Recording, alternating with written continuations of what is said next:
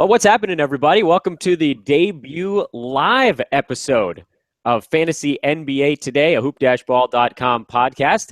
I'm Dan Besbris. This is what my ugly mug looks like. And the other gentleman, you'll see him momentarily, is my good buddy, Vince Miracle. Say hello to your adoring fans, Vince. What's going on, Miracle lovers? Let me just say, it's great to see you guys. It's great for you guys to finally see my podcasting face. I know it's adorable for podcasting, but guess what? Now you get to see it in real life action, talking to this guy. This is I have to admit, Vince, I've done audio behind the microphone for a very long time, and I've been very comfortable with it because nobody knows what I'm doing with my face. Nobody knows if I've got an elbow on the table and I'm just sort of staring off into the abyss. And now I feel kind of compelled to look right at you, Vince. There's a tiny box with your face in it in the corner of my screen, and that's what I'm going to be looking at. And, flipping at times to statistics and to the chat window. And that'll be another thing as well. We've got a lot of things to talk about from a logistical standpoint. We have preseason NBA to talk about. We have rounds 3 and 4 of our hoop ball mock draft to talk about. And we have to try to cram this into a preset amount of time. So with that in mind, we have a pretty good tall order, I think would be a nice way to describe it. And first things first, Vince, let's go through some of the logistical stuff, because since our last show on Wednesday of last week, remember we did it a day early, we've put in a lot of time into coming up with a schedule of podcasts that people can expect, and it's growing. And I think this is something that everybody should be really excited about. On top of that, a lot of these podcasts are going to, over the next few weeks, become separated by free and premium subscriptions. So, for instance, today, this Fantasy NBA Today show is free for everybody. There will be some lineup shows. There will be some nightly reaction shows. They're all going to be free right now while we kind of introduce them to the listenership and the viewership and roll them out over the next few weeks.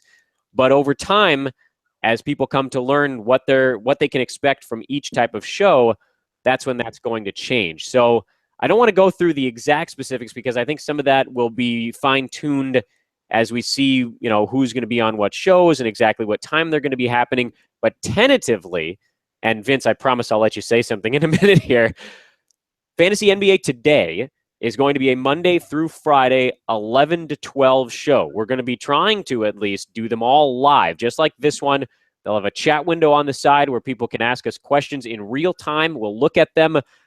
If there's just a few, we'll probably be able to get to them. If it starts to ramp up, and I assume it will once we get into the season, then it'll be tougher, of course, to address all of the questions, but we'll certainly do our best.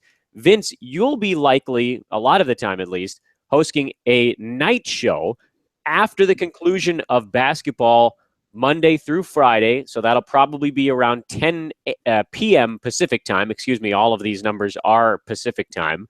And you'll have a rotating guest as well to break down the action from that NBA slate. And it'll be kind of the quick reaction. It'll be the immediate thought. Who's the pickup? Who's the drop? That may be the most important show that people can get. So, Vince, you're on the hot seat with that one.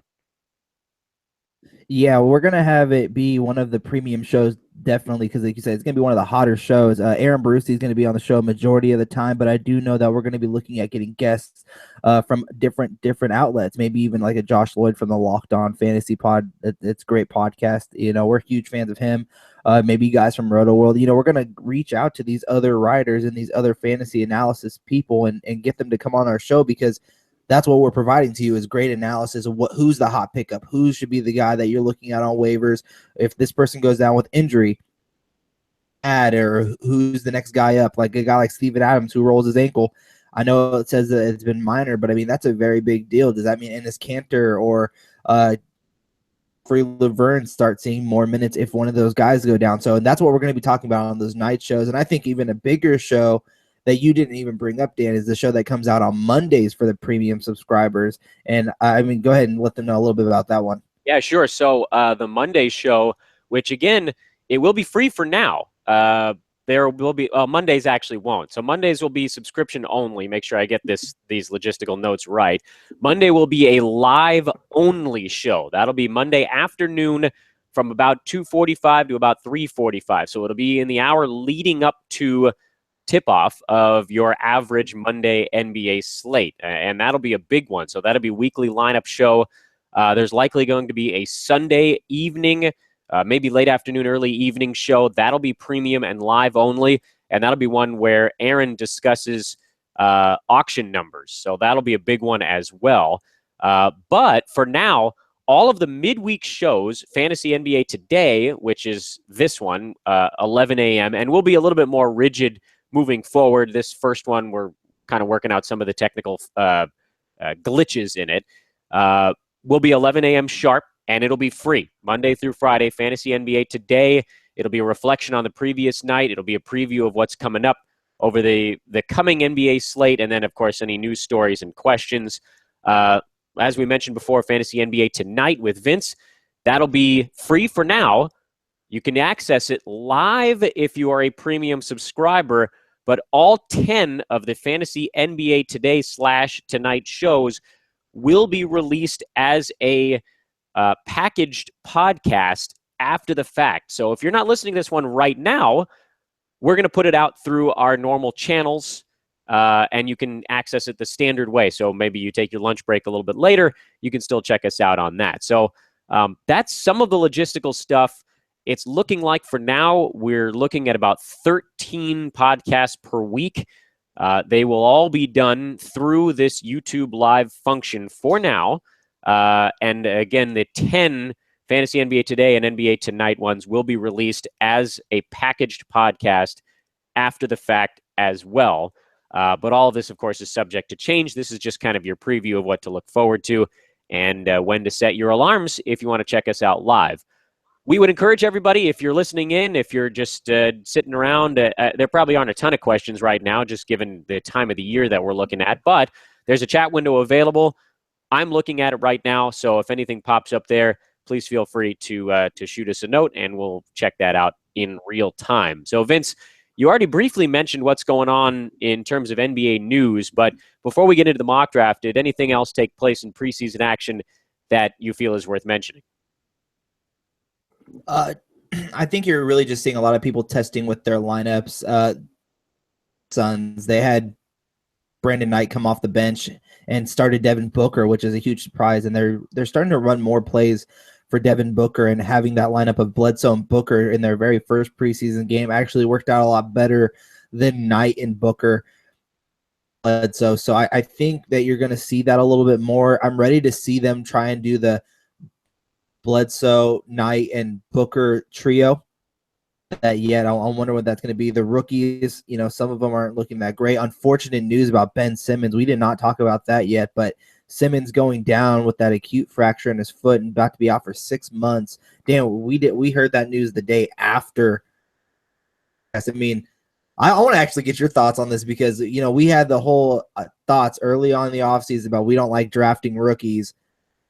And this is one of my reasons why they haven't had to go through the rigors of an NBA season, and a possible chance for injury seems like it's a little bit higher. And so now you see this happening. He's out for 6 months. Who do you think steps up? And I know a lot of people are saying Dario Saric, and if you think it's him, do you see him at? Philadelphia is such a mess. I'm tempted to shelve this one just for a little bit. Because prior, Vince, I had already said I wasn't drafting Ben Simmons. You had mentioned maybe taking him and trying to flip him after a month or two of big-time popcorn numbers where people kind of get caught up in the hype. So for me, this doesn't change a whole lot. I don't like Philadelphia because they have a logjam of their good players at the big man spot and not a lot to roll on at the smaller positions, especially now with Simmons out. So I almost stamped that entire team with this someone else's headache seal of approval, which, by the way, Vince, I wanted to mention, I have the program now. People are going to start enjoying weird sound effects during the podcast. So we're going from 0 to just goofy. So that's my stance. I'm mostly avoiding the 76ers.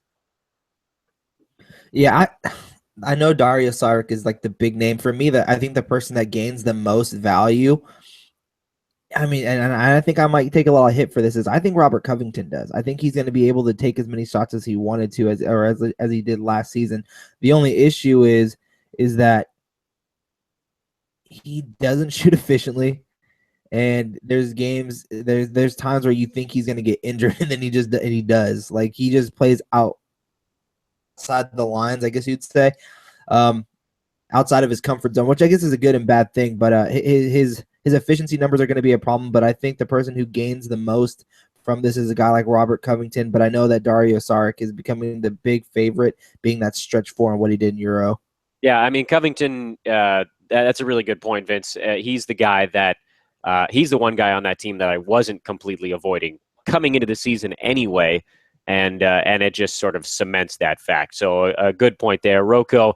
You just balance it out. You make sure that you add somebody to your team that has a particularly high shooting percentage, but Covington is elite in steals, in 3-pointers made, so he more than makes up for it in those other categories.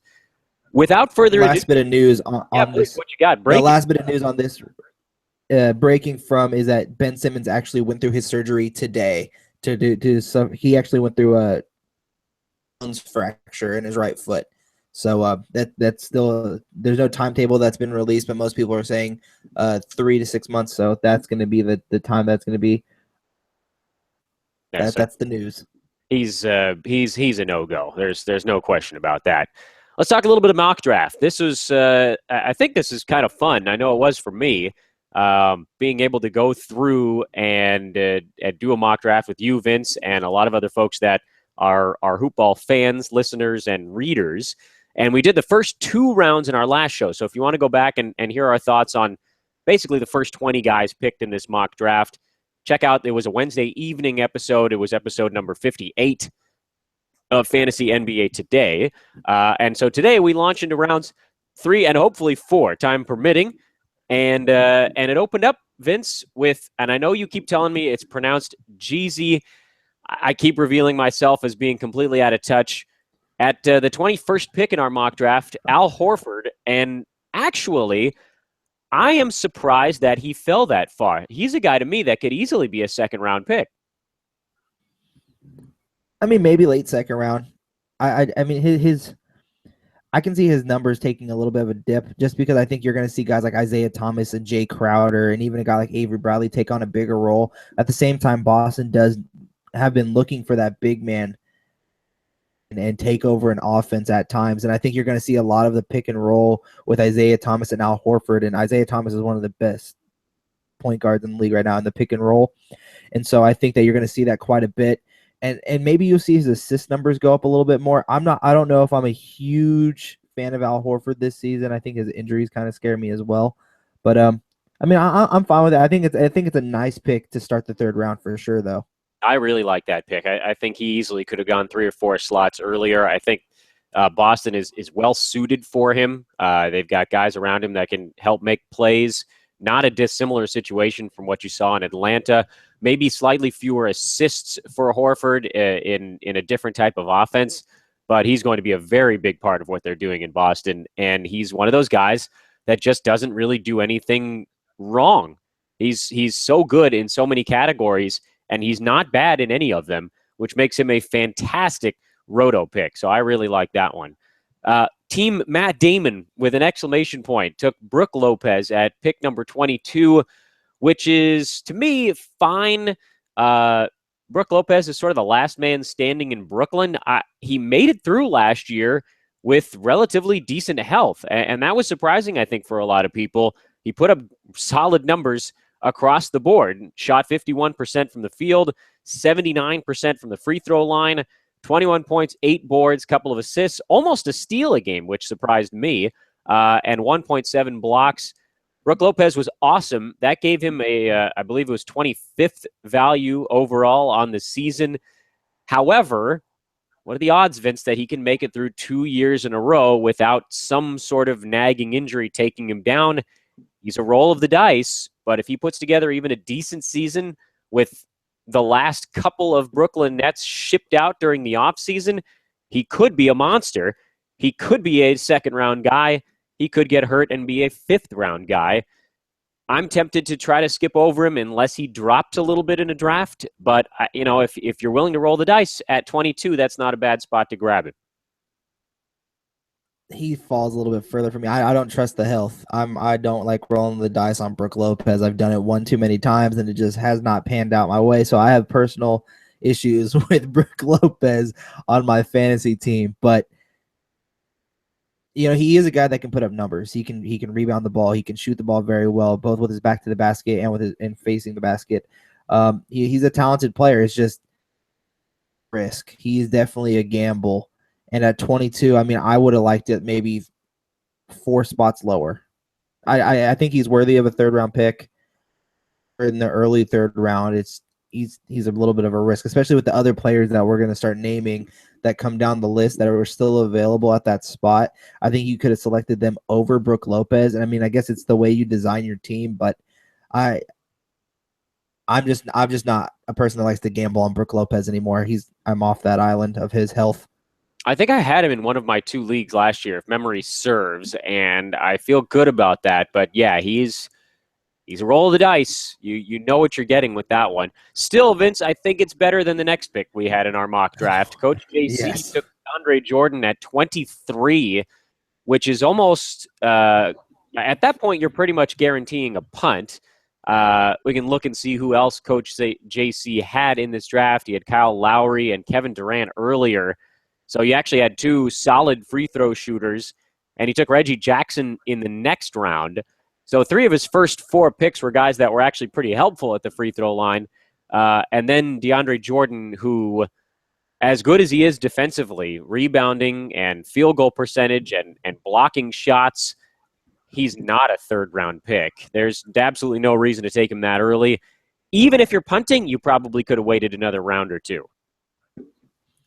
Yeah, I was thinking because we did this as a 9-cat league, and I'm thinking, okay, DeAndre Jordan gets you blocks, he gets you rebounds, the percentages, but he kills you in free throws. And I think, like you said, even if you're punting, I think you could possibly wait one more round before taking DeAndre Jordan in the third round, especially this early in the third round. So I like DeAndre Jordan if you're already taking the punting strategy and rolling with it, but no, I'm not a huge fan of DeAndre Jordan with this pick. Well, we agree on that one, so that's nice. Vince, you had the next pick. Why don't you introduce it? Yeah, well, the next pick comes from, myself, and it was a great pick, I think. And it's Klay Thompson from the Golden State Warriors. And he's on my team. I had the defensive center. I had John Wall with my second-round pick. So I said, I need someone who can score the basketball and do it with some efficiency while also still bringing that defense. And I think Klay Thompson, with the 4th pick in the third round, I think that was a solid addition to the team. Yeah, you took that one right where I thought he would go. So kudos to you on that. In fact, I think dialing back to John Wall in the previous round, that's 2 picks in a row for you where I looked at them and I said, yeah, that's exactly where that guy should go. So, Vince, I think that means you're on your game with that one. Klay Thompson, by the way, for those that may not remember, actually got off to a little bit of a slow start last year, but he ended up averaging 3.5 3-pointers per game. He shot 47% from the field, which another thing that I don't think people realize, he's an 87% foul shooter. That's an area where I think the Warriors are hoping that he can get to the line a little bit more often. The only issue with Thompson is that he really doesn't do much else besides score with decent percentages. 4 rebounds, 2 assists, less than a steal, about a half a block per game, very few turnovers, which is nice. So he does kind of redeem himself with that.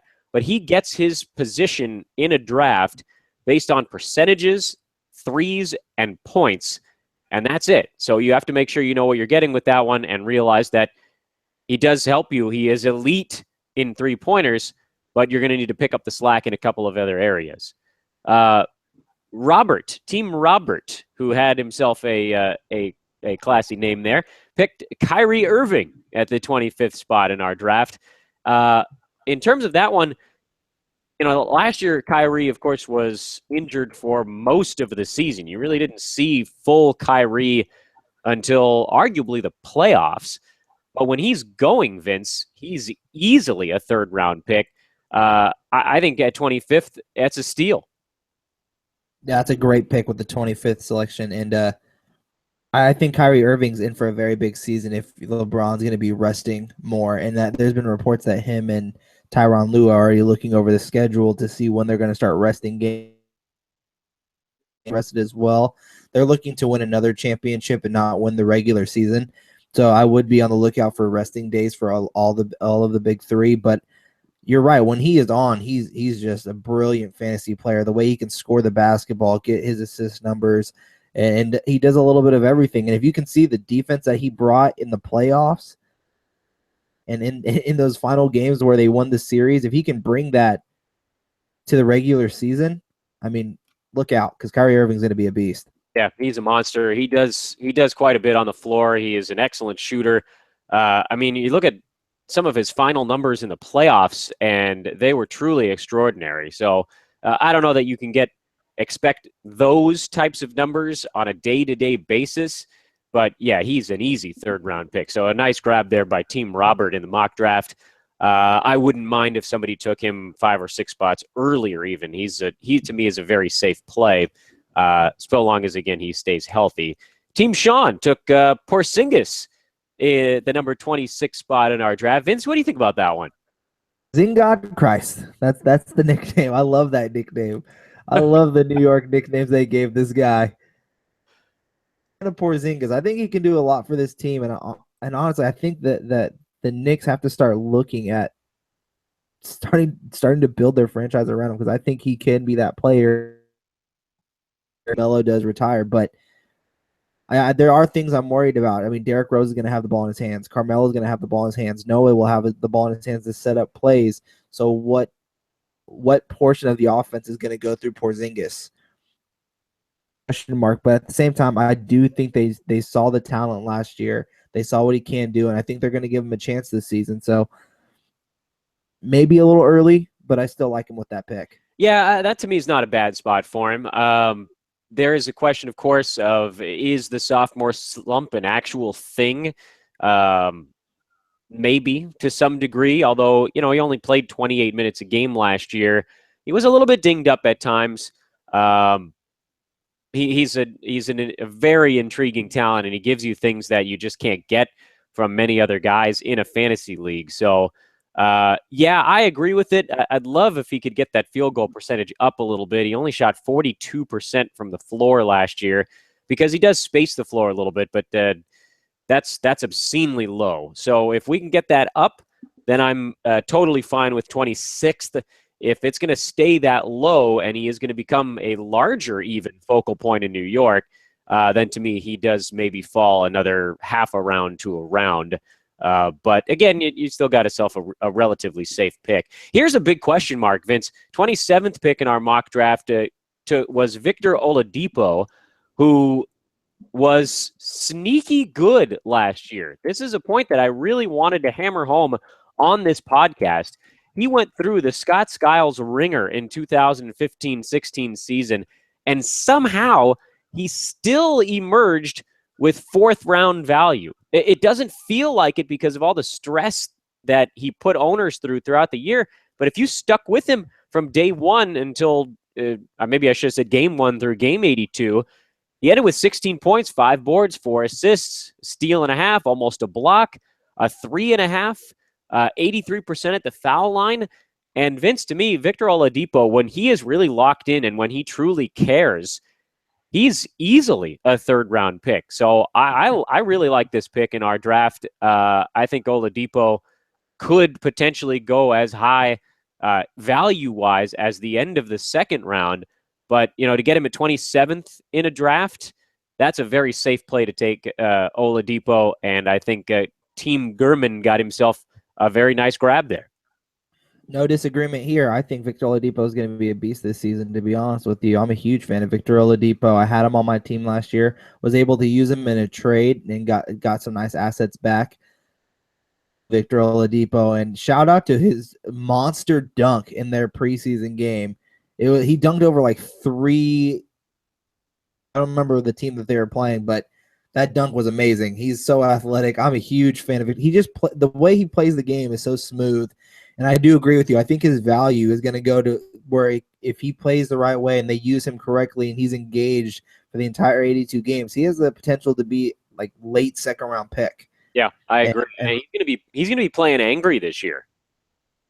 and if Russell Westbrook ever finds a way to get or ever finds himself injured, or he plays too hard and hurts his hand by dunking so hard and he has to miss some time, he can step in and play that point guard role at times. So I very much like this pick.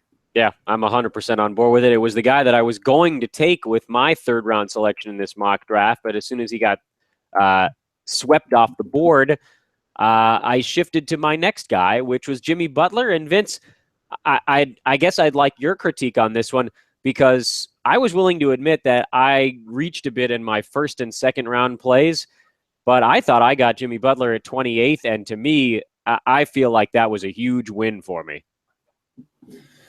Yeah, it's a very nice pick. I would have picked Butler where probably DeAndre Jordan was and been fine with it. He's slid pretty low.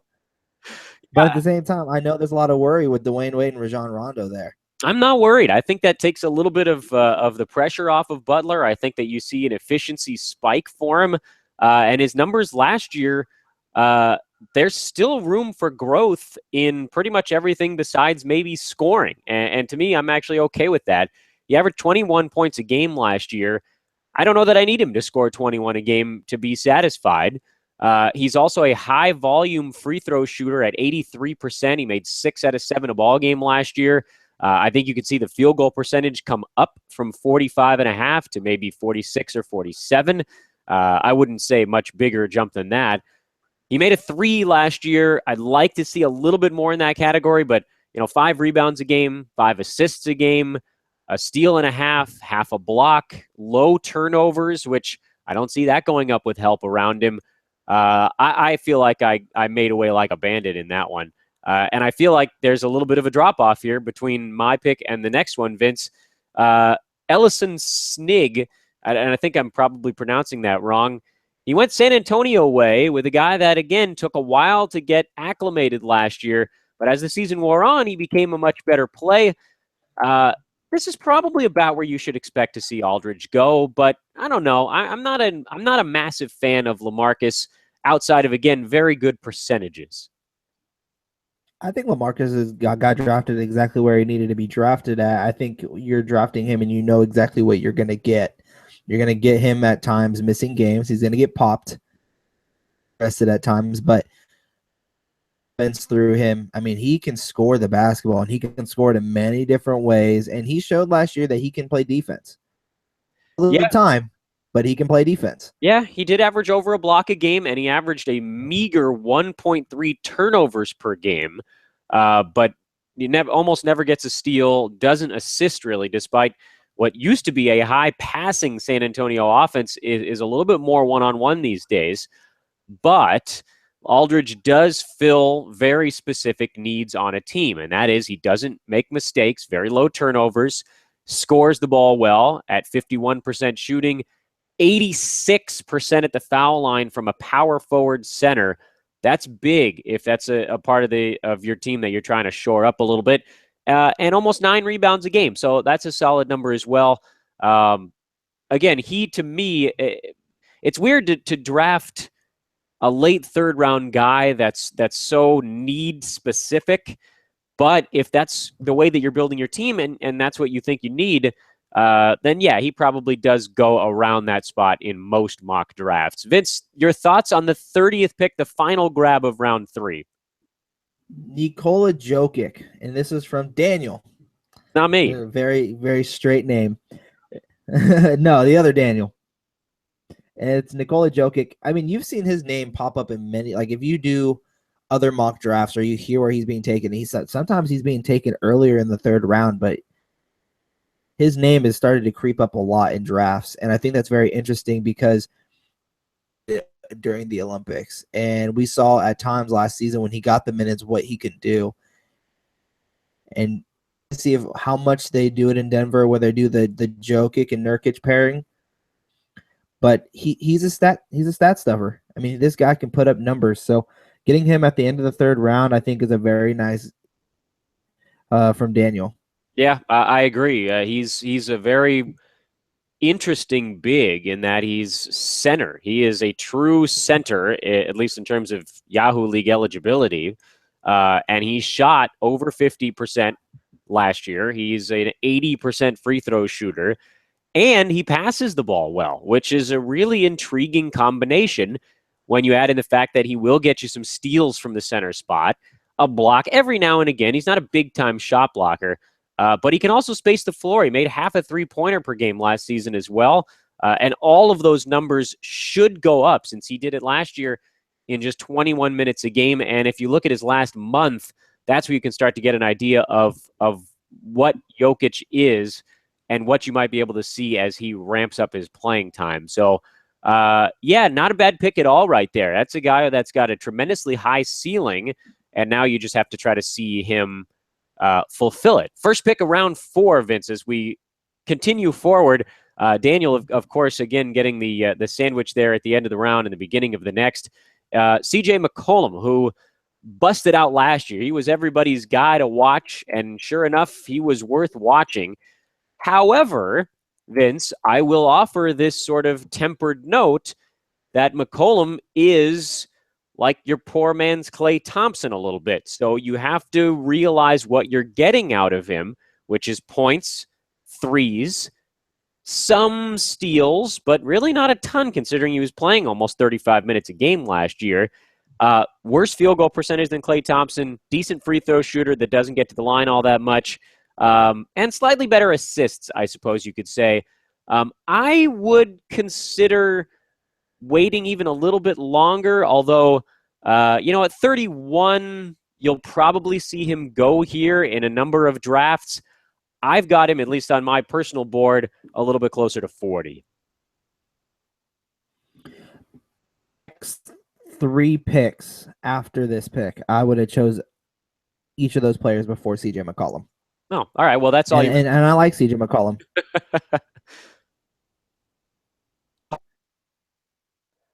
I didn't hear what you said. Oh, I apologize. Mild technical difficulties there. I just said that may be all you really need to say about McCollum. So you've got him a little closer to the middle or end of the round then. Yeah, I just would have took those 3 guys that are after him before CJ McCollum. But I will say this: CJ McCollum did break out last year, like you said. He is a person that is capable of putting up a ton of points, and has the ability to pass the ball when needed. Like he's not a selfish player by any means. He's willing to pass the ball. So it just go up though. Yeah, and the turnovers that continue to go down to a low number. It just the fact that he doesn't get to the free throw line a lot, and that the percentages from the field is not that great. That's where I say he's just more picks down. That first pick in the 4th is just questionable to me. Yeah, a little bit too early. Like I said, I've got him closer to the end of the round. Isaiah Thomas at 32 is your next pick. That's Ellison again in our mock draft for those that are keeping track of this thing. And I had him last year. I was one of those lucky that grabbed him in I think it was the 6th or 7th round, and he was a monster last season. And I don't really see a reason, Vince, why his numbers should change a ton year over year. What you saw last year, to me at least, should be pretty close to what you should expect to see this year, and that makes him a 4th round guy. So yeah, not a problem here at 32. Pick, I think it's exactly where he needs to go. I would have taken him a pick earlier, to be honest with you, over CJ McCollum, but I really like Isaiah Thomas. I think Isaiah Thomas could be a beast this season, and like I said, he's one of the best players in the NBA in the pick and roll, and now he has a center that can run the pick and roll, being as a pick and pop guy or actually a guy who's rolling to the basket. And so I really like Isaiah Thomas with this selection. Eric Bledsoe. Isaiah Thomas was the previous pick. I can probably combine the two people if everybody will let me. You'd have a decent basketball. Bledsoe, when he's on the floor, is a 3rd round guy. The question, of course, always becomes, how many games can you expect to get out of him, because he just can't stay healthy. So, Vince, do you roll the dice? I mean, it sounds like you like Bledsoe. He scares me a little bit, but he is an elite fantasy player. I mean, he could even be a second round guy if he could play 75 to 80 games per season, but it just doesn't seem like he can't. This guy can put up numbers when he's on the floor. When he's on the floor. Yeah. And like I said, that's another risk. You know, who were we talking about? We were talking about in the draft, we were talking about Brooke Lopez, about how I've sold my stock on his health. I should have sold my stock in the health of Eric Bledsoe, but I think the fandom in me of how good he can be is what always draws me back to drafting him. And I like the pick. I like your pick, Dan. This is your selection. So I like Eric Bledsoe here. He can get you rebounds. He gets you assists. He gets you points. He gets you to the free throw line. The percentages from both the field and from the free throw line are not terrible. He gets you steals. I mean, he fills up a stat sheet, and he can jump up to a potentially being, like you said, a late second round guy. So getting him in the fourth round where you did, I think, is a good pick. It's just also a risky pick. Yeah, very risky. Such is the beauty, of course, of a mock draft, Vince, where I'm not actually on the hook for anything that I did. I don't know that I have the stones to do it in a draft that actually counts. When it doesn't count, my stones are very, very large. You can't fit them through a doorway. But yeah, I mean, his numbers are stratospheric. 2 steals a game. That's big time. A 3.5. High volume free throw with good numbers. 6 assists, 4 rebounds, 20 points. This is a guy that is a fantasy beast. He's averaged last year 22. He was the 22nd guy by average last season. But if you're in a roto league in particular, you're not dealing with exclusively averages. You need somebody that's in there all the time. And his total numbers for last year, he was top 200. He just didn't play enough. Even his limited numbers, actually, it's kind of impressive that he made the top 200. But you got to be in there more often. So I don't know if I have the gall to do it when it counts. Certainly in a mock draft, getting him at 33 is a massive steal. But then, of course, he's got to go out there and he's got to play every day. Blake Griffin, Vince, this is always an interesting draft spot. He is a particularly impressive player in what our buddy Aaron likes to call the popcorn numbers. He scores a lot, he rebounds well, and he's a high assist guy from the power forward spot. Good field goal percentage at 50, right on the nose. He improved his free throw percentage over the last couple of years. That's at 73 now, which isn't going to help you, but it's also not going to break you. The problem with Blake Griffin, as it always has been, Vince, he doesn't play any defense. Less than a steal and less than a block a game. Do you really see him as a mid-4th round guy? To me, he dropped a little bit further. I mean, that's just a tough spot. I mean, if you want those popcorn numbers, if you need a guy who can get you rebounds and assists from a different position other than point guard, right selection for you, especially with the field goal percentage as well, shooting the 50% and the improved free throw shooting. Hopefully that continues. But yeah, the no defense thing is a huge problem per game. Yes, it is. It is a huge problem. I'm sorry, I laughed over your last comment. What was that? How many turnovers did he have per game last season? A few. That's another issue. I had actually already pulled up the next guy. I was looking at Serge Ibaka's numbers. Griffin had 2.5 per ball game last year. That's quite a bit. That needs to drop down, especially from a player that's going to be. I just want him to be a little bit more in the basketball and getting rebounds and more aggressive on defense than trying to dribble the ball up the floor and play point guard from the power forward spot. Yeah, and that's where I kind of see my issues with him. But put up numbers. He's a guy who can do a little bit of everything on the floor. It's just defensively, I wouldn't say he's a liability. He's just useless on a fantasy team.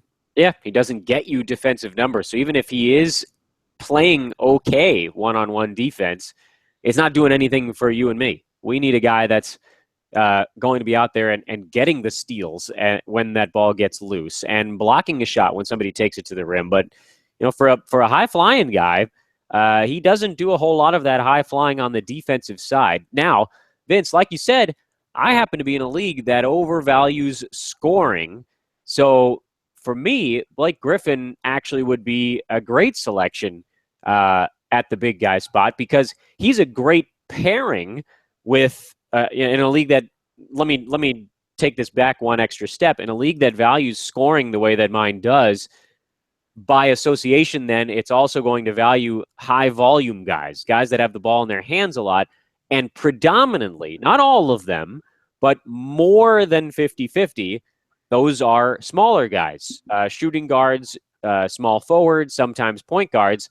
Those are the guys that are hucking up 25 shots a game. And of course, we talked about it. I mean, look at the first 4 or 5 guys taken in the draft, or most drafts at least. You're talking about Westbrooks and Currys and Durant's and Harden's.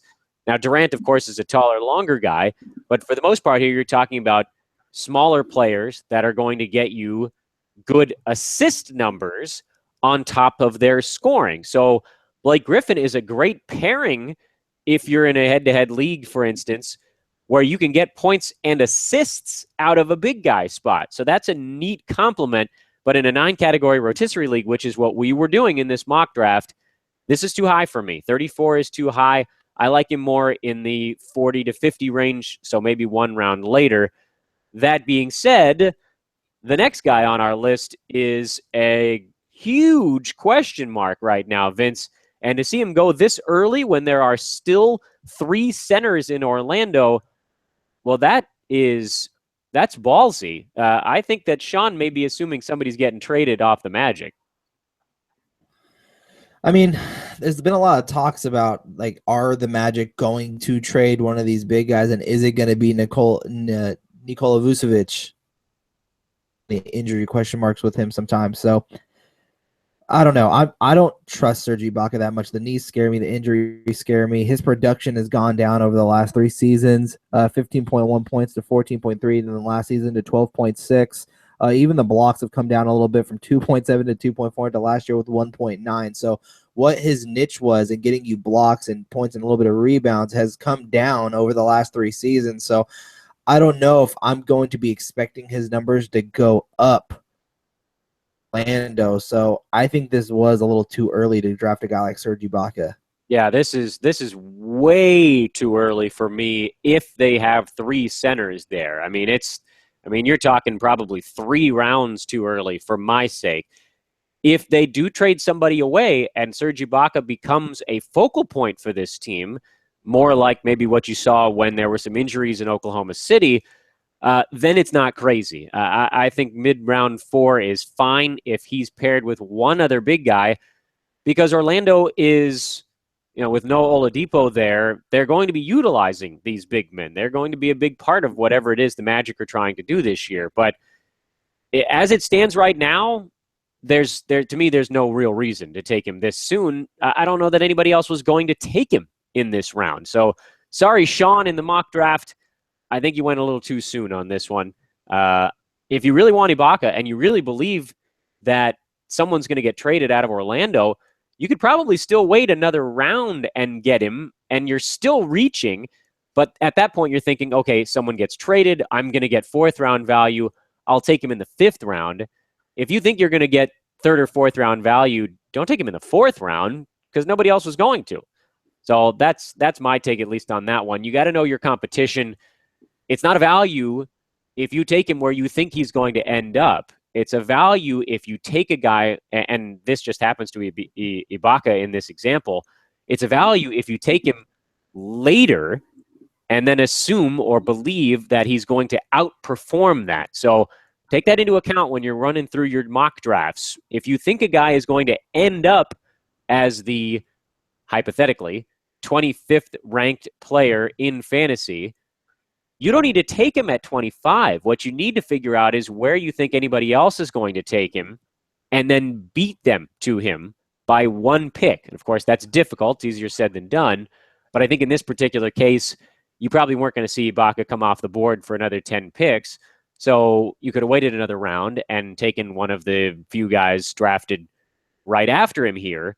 For instance, and I know I'm jumping over a guy, but the 37th pick in our mock draft is a very safe one. It was yours, and we'll get to that in a minute. 36th pick, Vince, Kevin Love. Yeah, to me, that's about where you should see him. Mid 4th round. He may very well end this season as the 36th ranked player. So congratulations. I think this one's right on the nose. Yeah, I don't think we'd even need to do too much talking about Kevin Love. I think you know what you're going to get from him. I think he's going to be exactly where you have him. I'll give you more 3-pointers this season. Yeah, Especially against the Hawks. he's So he's Blake Griffin with fewer assists, more threes, and a few more rebounds, slightly fewer and a lower field goal percentage. He's a big guy that doesn't play defense. oh yeah, definitely agree. He's exactly where he needed to be drafted though, because he gets you rebounds, he gets you points. When he gets to the free throw line, he knocks them down. Vince, golf clap. Oh, you know what? I don't have to do it right next to the microphone now that we're actually doing video. I can just golf clap out in front of the camera. A really impressive work here. Vince, this is the steal of the round, I think. Kemba Walker at 37. I love that pick. Kudos and good on you, as our buddies down under would say. Thank you. I was so surprised that he was still there. I was like, no one's selecting this guy? Really? All right, I'll take him. He had a career year last year, just averaging 20.9 points. That's a career high. Career high in rebounds, 4.4, 5.2 assists, 1.6 per game, and half a block from the point guard position. And he shot, I think, like 84% from the free throw line. So he did a little bit of everything. How he slid this low, I don't know, but you're right. It's the steal. That is a remarkable steal for you at that point. I doubt that he falls that low in most regular drafts. It was almost like everybody forgot about him. He was the next guy I was going to take after Eric Bledsoe, but you could probably flip-flop those two, even if you assume that there's a little bit of a regression for Walker. He ended last year as the number 15 overall player in fantasy leagues. He's probably not going to be a mid-second round guy, but easily could be a mid-third round guy, and you got him towards the end of our 4th round in this league. So that's a good one.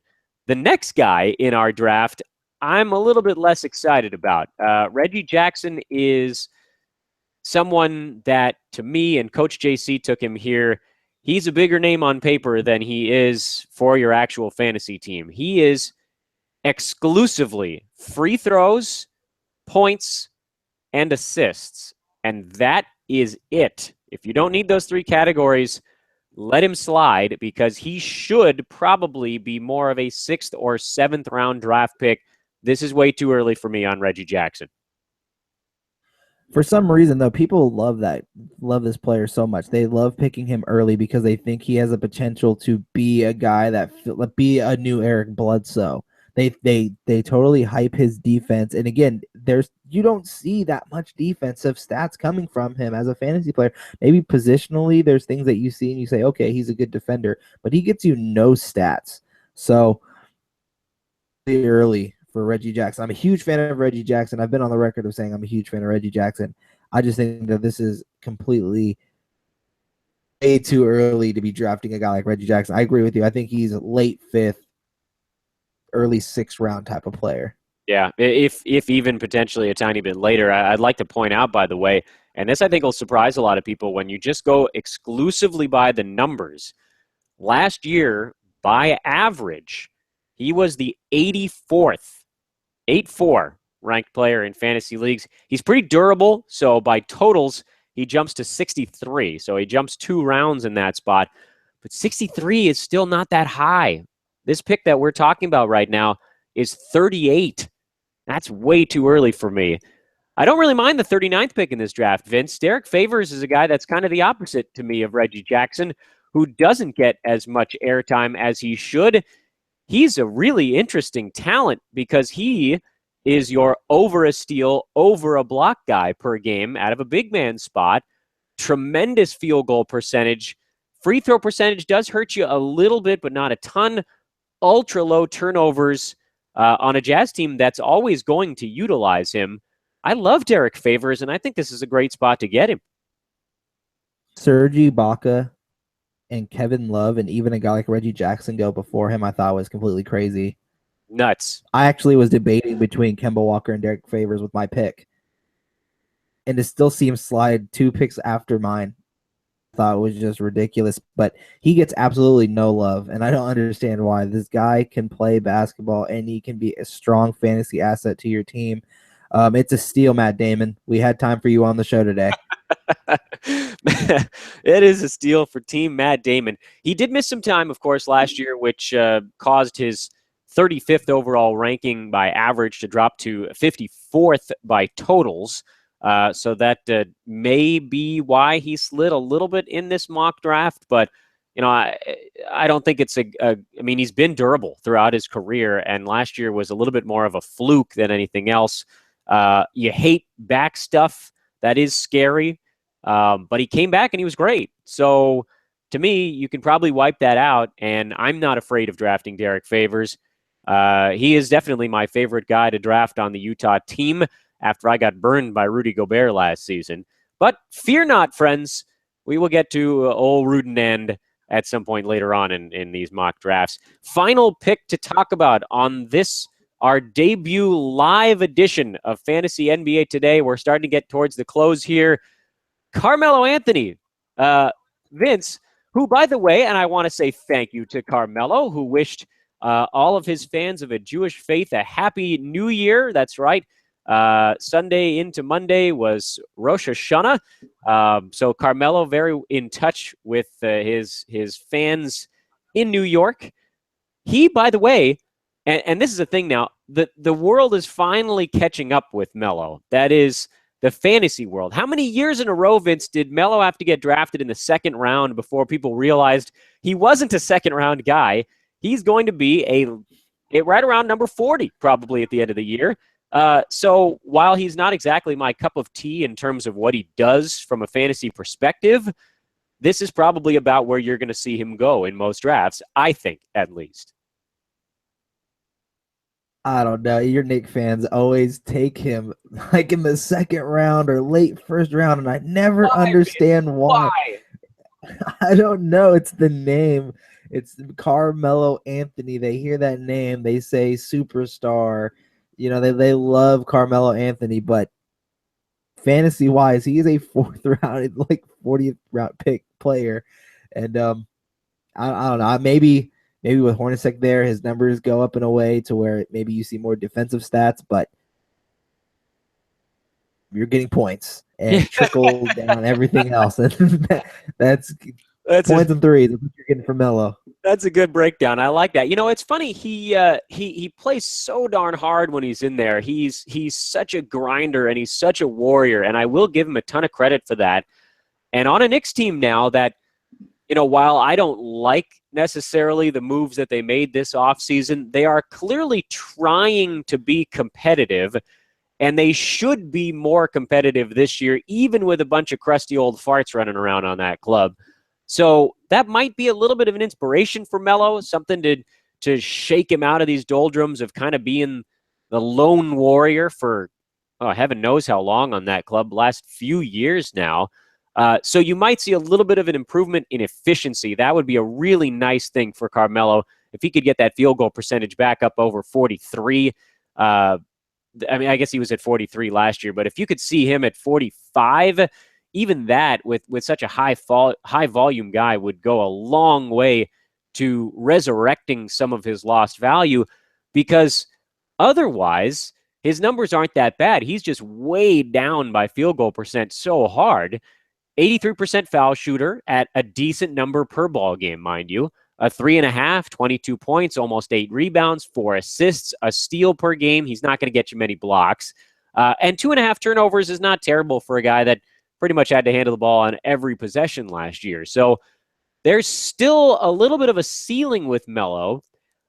If they are more competitive, the risk of the Melo shutdown, which, my goodness, Vince, I mean, we've heard that every single day for 2 straight years running, would be dramatically decreased. So I could see him this year bumping up from the 40th pick to maybe between 30 and 35. I certainly wouldn't go second round. You'd have to pay me to go third. But I don't really mind where he falls in this one. I think 40th overall is a pretty reasonable spot for Melo. And there's a chance that he outperforms that a little. I mean, I can see him being taken 37th, 38th, because I mean, Kemba Walker sliding, that's not going to happen in real drafts. That's why this is a mock draft. It was a complete steal. I don't think Reggie Jackson should be selected over him, to be honest with you. So I mean, there's potential for him to be picked a couple picks earlier than this, but he's right in line to where I think you want to draft a guy like Carmelo Anthony, because the efficiency needs to come up a little bit. He can fill up a stat sheet when needed because he's Carmelo Anthony and he's capable of doing those things. And now he has the help in New York to possibly help him become more efficient. But he's such a volume shooter. Those games where he's shooting like 6 for 20, and it's just going to kill you. Yeah. So I think getting him around 40 is not a bad pick at all. You know, it's funny to me. He is an because of his stat set. You wouldn't expect me to say the following, but Melo is actually a better player in rotisserie leagues because you can kind of set it and forget it a little bit.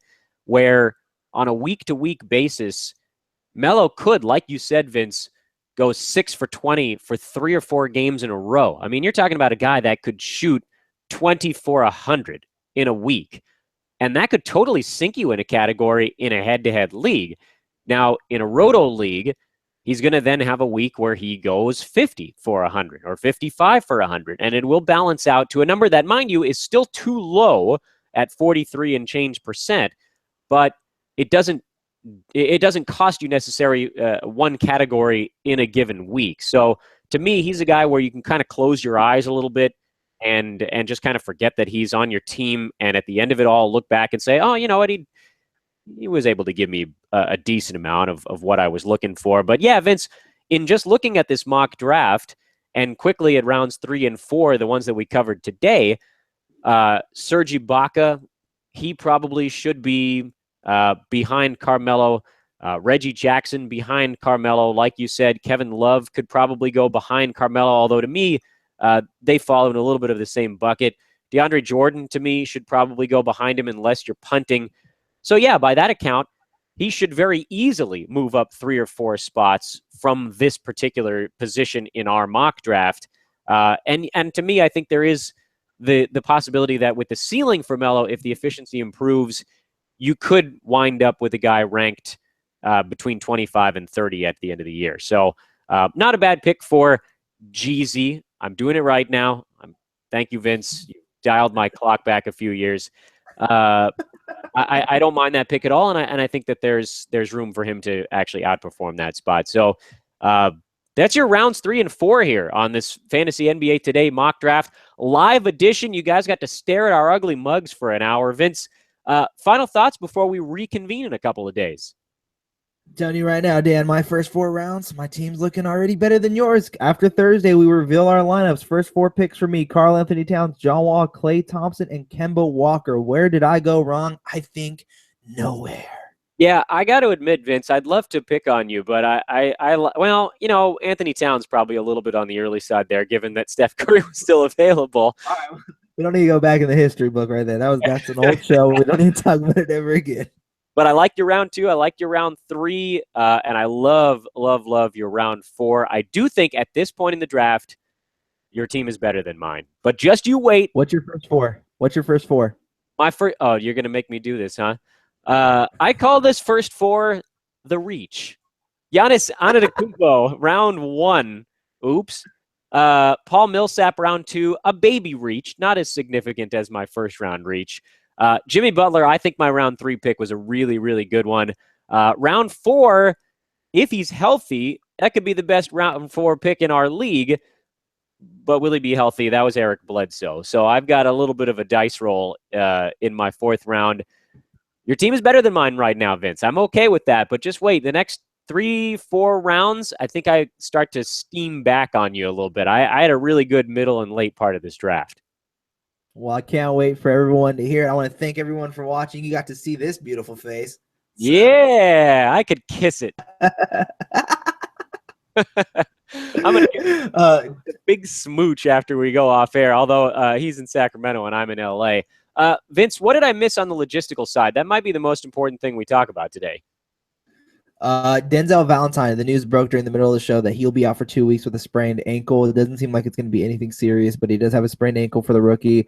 How many minutes he's going to get throughout the season, I think, is going to be a little bit questionable as well, with Nikola Mirotic playing for that 4th spot and the depth that they have in Chicago. But that is the news that broke. We already talked about Ben Simmons. I want to thank everyone again for watching the show. Next time, if we start getting a group of you guys want to start asking us questions, comments in the comment section below on YouTube. We see them live. We want to see what you guys are saying. Ask your questions, get them in, and we'll answer them live on the show with our reactions. Yeah, I mean, I could see that there were viewers kind of bouncing in and out throughout the program, and that's pretty reasonable given the fact that this one's running live during the workday. So thank you to those that were able to check in for part of or all of the program. This show, as I mentioned earlier, will be available as a traditional podcast. So we're going to package it up and post it online. If you perhaps take a later lunch or you want to listen to it on your drive home, you can still do that as well. The evening shows, I think you'll probably want to get those live. They will be posted online as a podcast for now, but certainly the whole point of listening to those late night programs is to get the first crack at the thoughts from Vince and Aaron Bruski, the legend who's running Hoopball. And you can make your moves either if your league allows it that night, or you can wait till 12:01 a.m. and then put your waiver moves in. So it should be great. We're ramping it up. We don't have a set schedule for this week, Vince, but I know that you and I are back on Thursday for the morning show, and Vince, you and Aaron and the rest of the experts at Hoopball will be coming out with the debut evening show probably in the next couple of days, correct? Correct. It may be tonight. No promises on that quite yet, but we may be debuting it tonight. We're going to see how this show came out. This is our very first live show, so we're ready to see the results and how it looks. But if everything looked good, we may be debuting it tonight. If not, it will be in the next day or two. Yep. So a lot coming out at you. We heard all those shows. We're looking at 13 podcasts per week once we get this thing fully up and running. For now, we can guarantee you 2. And there will be at least a few more than that as well. He's Vince Miracle. He's at VM Center on Twitter. I am Dan Besbris at Dan Besbris on Twitter. The website, of course, is hoop-ball.com. Hoopball tweets, if you want to check it out via the Twitter sphere. Thanks so much to Vince Miracle for joining us and looking purty on this, what is today, Tuesday afternoon. I'm Dan Besbris. Have a great couple of days. We'll catch up with you soon.